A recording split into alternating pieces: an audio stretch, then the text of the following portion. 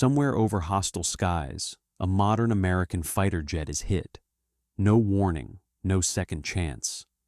The cockpit fills with alarms, and within seconds, two elite airmen are forced to make the most important decision of their lives: eject into enemy territory. This is the story of the downed F-15 over Iran, and how a routine mission turned into a fight for survival. At the time, tensions in the region were already high. U.S. and Iranian forces operated in a constant shadow game, tracking, probing, watching each other's every move. Radar systems were always active, air defenses were always ready, and in the middle of it all, an F-15 E-Strike Eagle took to the skies. A two-seat strike fighter designed for deep missions and dangerous airspace.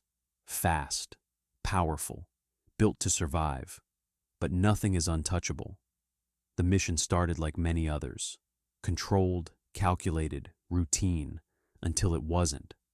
Somewhere below, an air defense system locked on. Whether the crew saw it in time, we may never know. But seconds later, a surface-to-air missile was already on its way, closing fast, too fast. Impact. The jet is hit. Inside the cockpit, chaos erupts. Warning lights flash, systems fail. The aircraft begins to break apart mid-air. There's no saving it now, only seconds to act. The pilot and weapons systems officer pull the handles. Two ejection seats blast into the sky as the F-15 disappears below them. Now they're alone, drifting down into terrain they don't control. Mountains, valleys, unknown ground, enemy territory. This is where training takes over. Both airmen are trained in SERE, survival, evasion, resistance, and escape. But this isn't training anymore. This is real. They hit the ground separated, each man now completely on his own. No immediate backup, no guarantee of rescue, only one objective: don't get captured. The moment they land, the clock starts ticking. They move fast, avoiding open areas, staying off ridgelines, keeping low, quiet, invisible, because they know something critical. They're not the only ones looking. Back in the air, U.S. systems detect the loss immediately. A recovery operation begins within minutes. Drones are redirected. Aircraft shift position. Rescue teams prepare to launch. But there's a problem. Iranian forces are already moving. Radar picked up the engagement. Ground units begin sweeping the area. Now it's a race. Who finds them first? One of the airmen is located relatively quickly. Through a combination of signals, tracking, and aerial surveillance, U.S. forces narrow in on his position. A rescue helicopter is sent in. Low, fast, exposed, in hostile airspace, every second is a risk. The extraction is quick, but dangerous. And somehow, it works.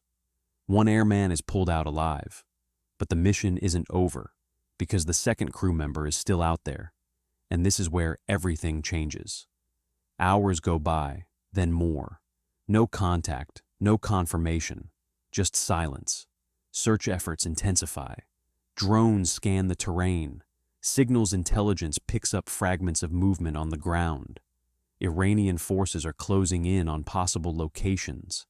And somewhere out there, one airman is still alone, injured, exhausted, hiding, evading search teams that are getting closer by the hour. Rumors begin to spread. Was he captured?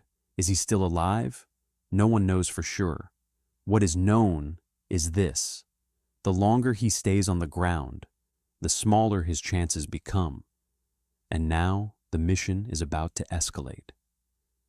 Because finding him from the air isn't going to be enough. If they want him back, they're going to have to go in after him. One airman is safe. The other is still missing, alone, injured, somewhere in hostile territory. And now time is running out, because the longer he stays on the ground, the closer enemy forces get. This is part 2, the rescue mission. Back in command centers, the situation is becoming critical. Surveillance feeds stream in from multiple sources: drones, satellites, electronic intercepts. Every piece of data is analyzed. Every movement on the ground is tracked. But there's a problem. They don't have a precise location, only fragments, heat signatures that disappear, movement that could be anything. And Iranian search teams are tightening their grid. Somewhere in the mountains, the 2nd Airman is still moving. Every step hurts. The ejection took its toll. Possible injuries, limited supplies, and no clear path out. But he keeps going. He knows the rules: stay hidden, stay unpredictable, stay alive. During SERE training, pilots are taught how to think like the enemy. Where would they search first? Where would they expect you to go? So he avoids those places. He moves through rough terrain, uses shadows, limits movement during daylight. At times, he may be forced to stay completely still for hours, listening, waiting, because even a single mistake could give away his position. Iranian ground units are now actively searching. Vehicles sweep through valleys. Foot patrols move into higher terrain. Helicopters may even be scanning from above. They know someone is out there, and they only need to get lucky once. Back on the US side, leaders face a choice: wait and risk losing him, or act and risk escalation, because this isn't just a rescue anymore. To reach him, they may have to send forces directly into contested territory. That means exposure. That means risk.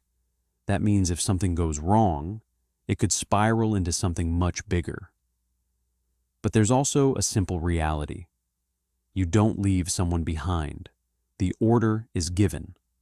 A direct rescue operation is approved. Not just aircraft overhead, not just surveillance, but a coordinated mission involving special operations forces. Highly trained teams who specialize in exactly this kind of scenario. The kind of mission that happens fast and leaves no room for error. Night falls, and with it, the operation begins. Aircraft move into position. Drones provide overwatch. Communications are tight, controlled, minimal. Everything is calculated. A helicopter, or multiple, pushes toward the target zone, flying low to avoid detection. Terrain masking, minimal lighting. Every second they are inside hostile airspace. The risk increases. Then comes the hardest part: finding one person in vast, rugged terrain. Signals are faint, intermittent, but enough. Through a combination of survival radio, coded signals, and aerial tracking, they narrow it down, closer, closer, until finally, contact. The team reaches him. He's alive, exhausted, possibly injured, but alive. After hours, maybe days, of evasion, it comes down to seconds. There's no time to rest, no time to celebrate, because they're still deep in hostile territory. The extraction begins immediately. He's secured, moved, and prepared for rapid departure. Aircraft reposition. Security is established. And then they move fast, because now the mission shifts again, from rescue to escape. As the aircraft lifts off, every second matters. This is the most vulnerable moment. If detected now, interception is possible. Ground fire, air response, anything. But speed, coordination, and timing are everything. And this time, it works. The aircraft clears the area, crosses out of danger, and just like that, he's out. 2 airmen, both recovered. A mission that could have ended in capture, or worse, brought to a close. But not without cost. A fighter jet lost. A high-risk operation carried out deep in hostile territory. And a reminder of how quickly things can change. Modern air power is often seen as untouchable. Precision weapons, advanced systems, total control. But moments like this reveal the truth. Even the most advanced aircraft can fall. And when they do, it comes down to the people, their training, their decisions, and their ability to survive when everything goes wrong. Because in the end, the mission isn't just about flying, it's about making it home.